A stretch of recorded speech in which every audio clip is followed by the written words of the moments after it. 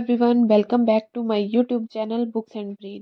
I'm your educator Shweta. So guys, आज से हम स्टार्ट करेंगे अपना नया topic that is cell organelles. इसका हमने फर्स्ट पार्ट जो है वो मैंने अपनी फर्स्ट वीडियो में आपके साथ डिस्कस किया था. अगर आपने वो वीडियो नहीं देखी है तो आप उसको देखें और उसके बाद हम स्टार्ट करेंगे सेल ऑर्गेनेलिस से. सो स्टार्ट करते हैं आज का टॉपिक कि सेल ऑर्गेनेलिस होते क्या. सो अब हम देखेंगे कि किन सेल ऑर्गेनेलिस में जो है मेम्ब्रेन प्रेजेंट होती है, किस में मेम्ब्रेन नहीं प्रेजेंट होती है और कौन सी सेल्स जो है वो डबल मेम्ब्रेन के साथ प्रेजेंट होते हैं. तो जिनमें प्रेजेंट नहीं होती वो आते हैं सेल वॉल, राइबोसोम, साइटोस्केलेटन. ठीक है. और सेल विथ मेम्ब्रेन में आते हैं जिनमें एक सिंगल सेल मेम्ब्रेन जो होती है वो प्रेजेंट होती है. उसमें आते हैं lysosomes, vacuoles, Golgi body, ER, endoplasmic reticulum मतलब. उसके बाद सेल विथ डबल मेम्ब्रेन में आते हैं क्लोरोप्लास्ट, माइटोकॉन्ड्रिया, न्यूक्लियस. और आज हम इन्हीं के बारे में पढ़ेंगे. आज हम डबल मेम्ब्रेन सेल्स के बारे में पढ़ेंगे, क्लोरोप्लास्ट, माइटोकॉन्ड्रिया और न्यूक्लियस के बारे में. डिटेल्स में मैं आज आपके साथ इस बारे में डिस्कस करूंगी. सबसे पहले हम देखते हैं सेल स्ट्रक्चर के बारे में. हम जानेंगे कि सेल के अंदर कितनी ऑर्गेनेलिस प्रेजेंट होती हैं और ये ऑर्गेनेलिस जो हैं वो क्या क्या फंक्शन करती हैं जिससे सेल जो है वो अपनी फंक्शनिंग प्रॉपर तरीके से कर पाता है. और इससे नेक्स्ट मैं आपको इन ऑर्गेनेलिस के बारे में डिटेल्स में डिस्कस करूंगी. सो फर्स्टली हम देखते हैं कि ऑर्गेनेलिस कौन कौन सी प्रेजेंट होती हैं. सबसे पहले आप देखें तो लाइसोसोम प्रेजेंट है, न्यूक्लियस प्रेजेंट होता है, न्यूक्लियस के अंदर ही न्यूक्लियोलस प्रेजेंट होता है, माइटोकॉन्ड्रिया है, गोल्जी अपरेटस है, सेंट्रियोल प्रेजेंट होता है, माइटोकॉन्ड्रिया प्रेजेंट होता है, सेल मेम्ब्रेन, आउटर मेम्ब्रेन होती है, इनर मेम्ब्रेन भी प्रेजेंट होती है, साइटोप्लाज्म होता है, वैक्यूल होता है, रफ एंडोप्लाज्मिक रेटिकुलम होता है कहीं और स्मूथ एंडोप्लाज्मिक रेटिकुलम भी प्रेजेंट होता है. और यही सारी सेल ऑर्गेनेलिस जो हैं वो मिल के इसी सेल को फंक्शनिंग करने के लिए हेल्प करेंगी. और जैसे इसकी फंक्शनिंग के लिए जैसे एनर्जी प्रोडक्शन के लिए हेल्प करेंगी, प्रोटीन्स बनाने के लिए और प्रोटीन की सिक्रीशन करने के लिए, या फिर कोई टॉक्सिन्स जो हैं वो अगर सेल पे अटैक करते हैं तो ये अपना फंक्शनिंग करेंगी ताकि उन टॉक्सिन को डिस्ट्रॉय कर सकें. या फिर रिस्पॉन्ड करेंगी कोई अगर बाहर से जितना कोई नेगेटिव सिग्नल आ रहा है जो कि सेल के लिए हेल्पफुल नहीं रहेगा उसको ये रिस्पॉन्ड करेंगी इन अ पॉजिटिव में. मतलब सेल को बचाने के लिए ये सारी जितनी भी ऑर्गेनेली हैं वो सेल को बचाएंगी ताकि सेल जो है वो अपनी प्रॉपर फंक्शनिंग करे. और इससे जितना भी जैसे न्यूक्लियस है उसमें डीएनए स्टोरेज का काम होता है वो प्रॉपर तरीके से सेफ रहे. माइटोकॉन्ड्रिया है ये एनर्जी की प्रोडक्शन करता है ताकि उस एनर्जी से ये सेल जो है वो सारी फंक्शनिंग कर सके. गोल्जी बॉडी है जैसे प्रोटीन की मॉडिफिकेशन करती है गोल्जी में, तो जितनी भी प्रोटीन्स बनेंगी वो गोल्जी अपरेटस में बनेंगी. परऑक्सीसोम जो है वो जितने भी लिपिड्स होते हैं या सिक्रीशंस जो भी होती हैं वो सब परऑक्सीसोम से होती हैं. ये सारी फंक्शनिंग जो भी है वो यही सेल करेगा. तो चलो अब इसके आपने यहाँ पे देख लिया इसके बारे में. अब डिटेल्स में पढ़ते हैं कि सेल. और सबसे पहले हम स्टार्ट करते हैं न्यूक्लियस से. न्यूक्लियस डिस्कवर किसने किया था? बायोलॉजिस्ट रॉबर्ट ब्राउन ने 1883 में. ठीक है. और nucleus is a membrane bound structure. आज हम डबल मेम्ब्रेन के स्ट्रक्चर के बारे में ही पढ़ रहे हैं. आज हम मैंने आपको अभी बताया कि न्यूक्लियस, क्लोरोप्लास्ट और थर्ड वन है माइटोकॉन्ड्रिया. ठीक है. इन तीनों के बारे में पढ़ेंगे और इन तीनों की जो आउटर मेम्ब्रेन है वो डबल मेम्ब्रेन होती है. ठीक है. अभी देखते हैं आगे. न्यूक्लियस जो है वो कंटेन करता है हेरिडिटरी इंफॉर्मेशन. सेल की जितनी भी हेरिडिटरी इंफॉर्मेशन यहाँ पे आपको बताया है उसका मतलब है डीएनए की इंफॉर्मेशन. मतलब जितने भी डीएनए हैं या जो भी उसके डीएनए की इंफॉर्मेशन है वो सब किस में प्रेजेंट होगी? न्यूक्लियस में. अगर आप देखिए तो जैसे अगर डीएनए की बात करते हैं तो डीएनए आप अपने मदर फादर से कितनी सारी चीजें जो है वो इनहेरिट करते हैं. वो चीजें कैसे आती हैं? उसी डीएनए से. ठीक है. क्योंकि डीएनए के जीन्स से जितने आपको जीन्स मिलेंगे वो जीन्स आपकी बॉडी में अगर आते हैं तो आप वो सेम चीजें अपने मदर फादर की तरह करते हैं. या फिर अगर आपके भाई बहन जो भी हैं आप अभी आपने देखा है कि आपके चीज कितनी सारी चीजें जो है वो अपने भाई बहन से मिलती होंगी, ठीक है। तो वो की चीजें कैसे मिलती हैं, उसी डीएनए के जीन से, ठीक है। और यही सेल्स जो है वो ग्रोथ के लिए हेल्प करते हैं, रिप्रोडक्शन के लिए हेल्प करते हैं। बट न्यूक्लियस जो है वो मेच्योर आरबीसी में प्रेजेंट नहीं होता। जितने भी आरबीसी आरबीसी क्या होते हैं, red blood corpuscles. Red blood corpuscle इनको इसलिए बोला जाता है क्योंकि इनमें कोई भी न्यूक्लियाई जो है वो प्रेजेंट नहीं होता, ठीक है। क्योंकि जब ये मेच्योर हो जाते हैं ना तो वहां पे न्यूक्लियस जो है वो एब्सेंट हो जाता है, इसी वजह से हम इनको सेल्स नहीं बोलते, इनको कार्पसल्स बोला जाता है। आपने देखा है कि ये आरबीसी क्या काम करते हैं, और ये आरबीसी आपके ब्लड की फॉर्मेशन करने के लिए हेल्प करते हैं। जैसे आरबीसी हो गए, ब्लड बीसी हो गए, न्यूट्रोफिल्स हो गए, बेसोफिल्स हो गए, ये सारे जो हैं वो ब्लड के कंपोनेंट्स हैं, ठीक है।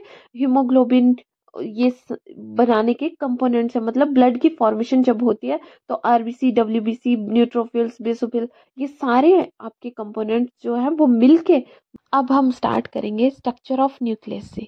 तो हम देखते हैं स्ट्रक्चर ऑफ न्यूक्लियस में सबसे पहले बताया है न्यूक्लियर एनवल्प। और न्यूक्लियर एनवल्प में आउटर मेम्ब्रेन इनर मेम्ब्रेन दोनों हैं, क्योंकि आपको पता है न्यूक्लियस जो है वो डबल मेम्ब्रेन स्ट्रक्चर है।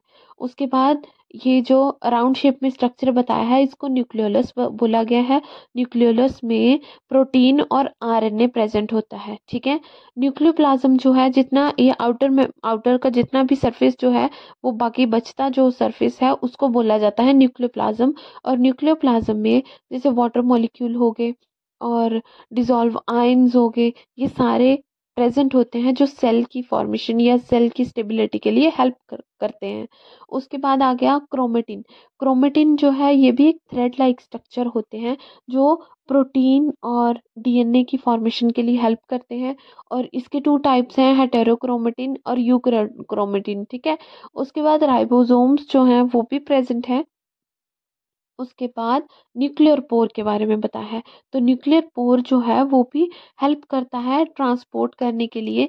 जितने भी मटेरियल है आउटसाइड से, जो भी मटेरियल ट्रांसपोर्ट करना है अगर इनसाइड सेल के अंदर, तो वो न्यूक्लियर पोर के थ्रू आउट जाएगा। और न्यूक्लियर पोर उसके हेल्प करेगा मेंटेन करने के लिए, उसकी स्टेबिलिटी को, सेल की स्टेबिलिटी को मेंटेन करेगा। क्योंकि कितना मटेरियल जो है वो अंदर जाएगा और कितना बाहर जाएगा, ये ट्रांसपोर्ट जो है वो न्यूक्लियर पोर के थ्रू होता है। सेकेंड ऑर्गेनेली जो है वो हमारी है माइटोकॉन्ड्रिया।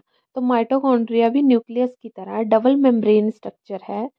बट माइटोकॉन्ड्रिया जो है वो एटीपी की प्रोडक्शन करने में हेल्प करती है।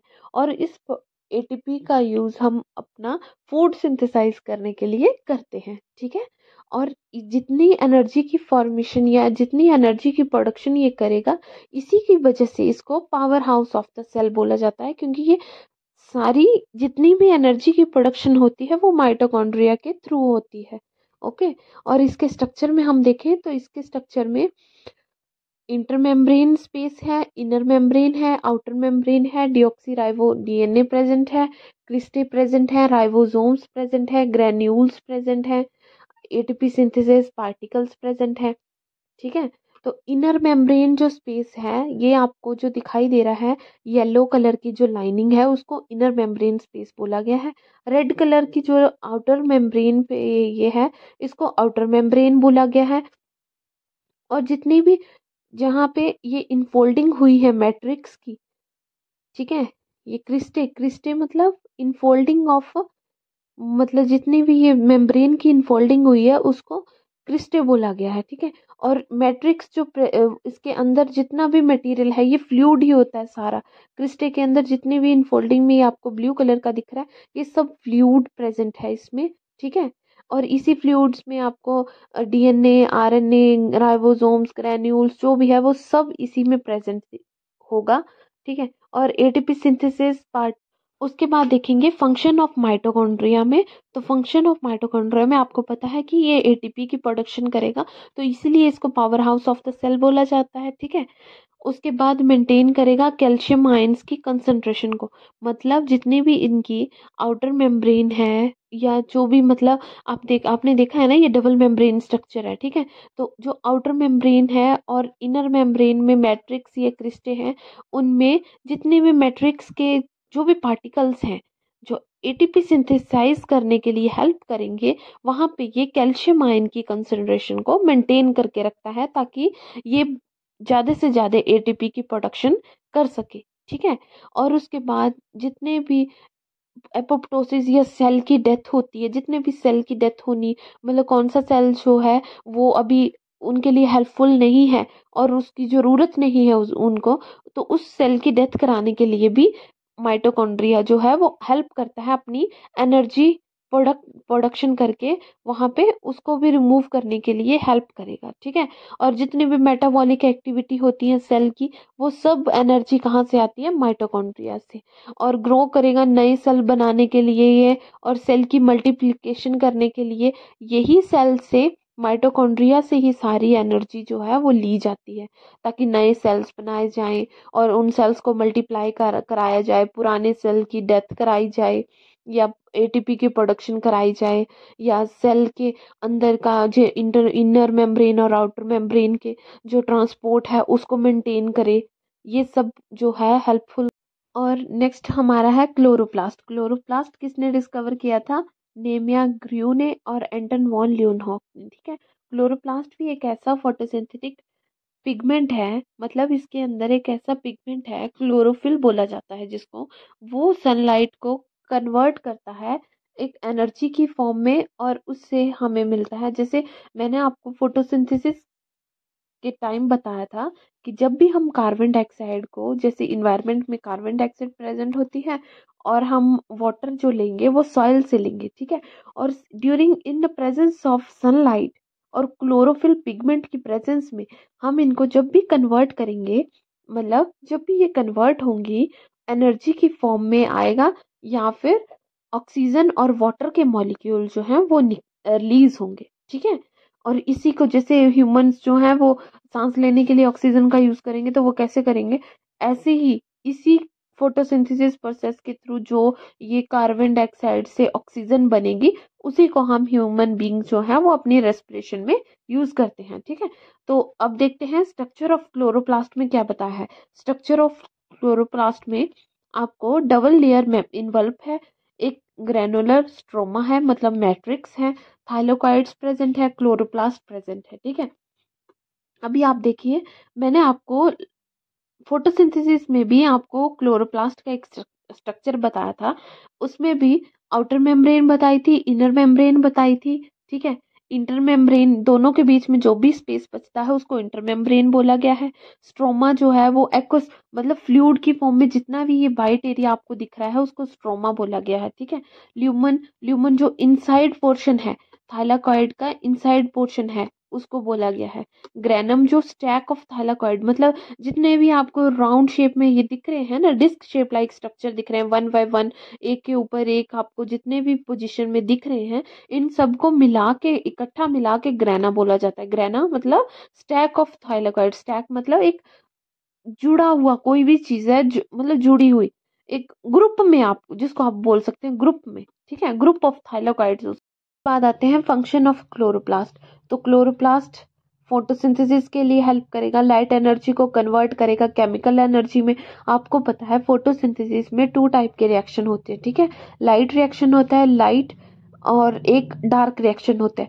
तो लाइट रिएक्शन जो है वो थाइलाकॉइड्स में होंगे। ठीक है। थाइलाकॉइड्स में जितने भी लाइट रिएक्शन है, और एक लाइट इंडिपेंडेंट रिएक्शन है। ये डार्क रिएक्शन इसलिए इन्हें इसलिए बोला जाए, ऐसा नहीं है कि ये नाइट के टाइम होंगे, बट ये इसीलिए है क्योंकि इनको लाइट की जरूरत नहीं पड़ती। ये विदाउट लाइट जो है ये मतलब इन रिएक्शंस को ये कर सकते हैं। ठीक है। क्योंकि जो भी लाइट, ड्यूरिंग लाइट रिएक्शन जो भी एटीपी की फॉर्मेशन और जो एनएडीपीएच की फॉर्मेशन हुई होती है, वो जो ये लाइट इंडिपेंडेंट रिएक्शन है, वो ये जितनी एनर्जी यहाँ से रिलीज होगी, ये दोनों उस एनर्जी को यूज कर लेंगे। इस एनर्जी को जितने भी डार्क रिएक्शन है वो यूज कर लेते हैं। ठीक है। तो ये एनएडीपीएच की फॉर्मेशन करेगा, ऑक्सीजन की फॉर्मेशन करेगा, और एटीपी की प्रोडक्शन करेगा। एटीपी को हम फोटोसिंथेसिस के टाइम यूज करेंगे। जैसे आप यहाँ देख रहे हैं, लाइट एनर्जी है ठीक है। लाइट एनर्जी को यहाँ पे लाइट रिएक्शन में ये लाइट एनर्जी की जरूरत पड़ रही है और H2O से ये O2 की फॉर्मेशन कर रहा है। बट जब भी आप देखें तो यहाँ पे CO2 है और CO2 इंडिपेंडेंट जो लाइट इंडिपेंडेंट रिएक्शन हो रहे हैं वो यहाँ से ATP और NADPH की जितनी भी एनर्जी निकल रही है उसको यूज करके जितनी एनर्जी रिलीजिंग प्रोडक्ट है दैट इज ग्लूकोज उसको बना रहा है। तो इसलिए क्लोरोप्लास्ट का जो है वो लाइट रिएक्शन और डार्क रिएक्शन दोनों में क्लोरोप्लास्ट का बहुत फंक्शनिंग होती है। और जितने भी फोटोसिंथेसिस की फंक्शनिंग होती है वो सारी कौन करता है? क्लोरोप्लास्ट। और क्लोरोप्लास्ट के बारे में मैं आपसे फोटोसिंथेसिस के अभी लाइट और डार्क रिएक्शन में भी मैं अभी आपको इन्हीं दोनों रिएक्शन के बारे में पढ़ाऊंगी। सो अगला हमारा टॉपिक उसी के बेस पे होगा। So guys, stay tuned, stay safe, and please like, subscribe, and share. Thank you.